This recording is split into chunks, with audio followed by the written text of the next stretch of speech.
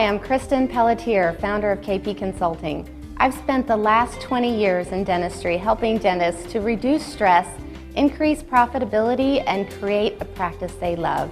I often see offices struggle with restorative cases falling through the cracks. Just think about it. How many patients leave your office with a treatment plan and say, "Let me check my schedule and I'll get back to you"?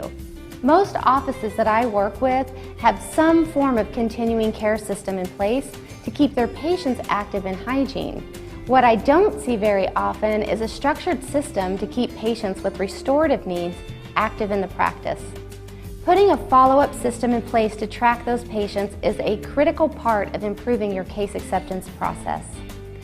When I first ask dental teams about how they follow up with patients who have unscheduled treatment needs, I'll hear something like, "When we're slow, we print a list of patients who have unscheduled treatment, and we call as many people on the list as we can in the time available."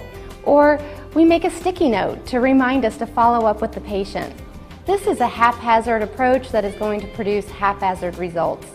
Let's face it, when a patient leaves your office, life happens. Your treatment recommendations can become a distant memory. They may not even think about their necessary treatment until they make their next hygiene appointment. What you need is a solid system to make sure they remember not only your recommendations, but also the risks to not getting treatment. And I'm not talking about a sticky note system.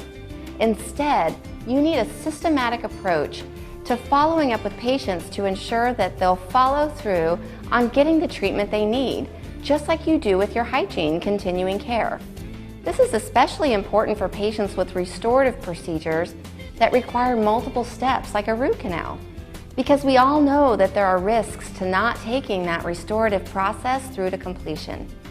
In order to communicate effectively, I recommend that you use a combination of written and verbal communication to keep your treatment recommendations top of mind until the case is completed.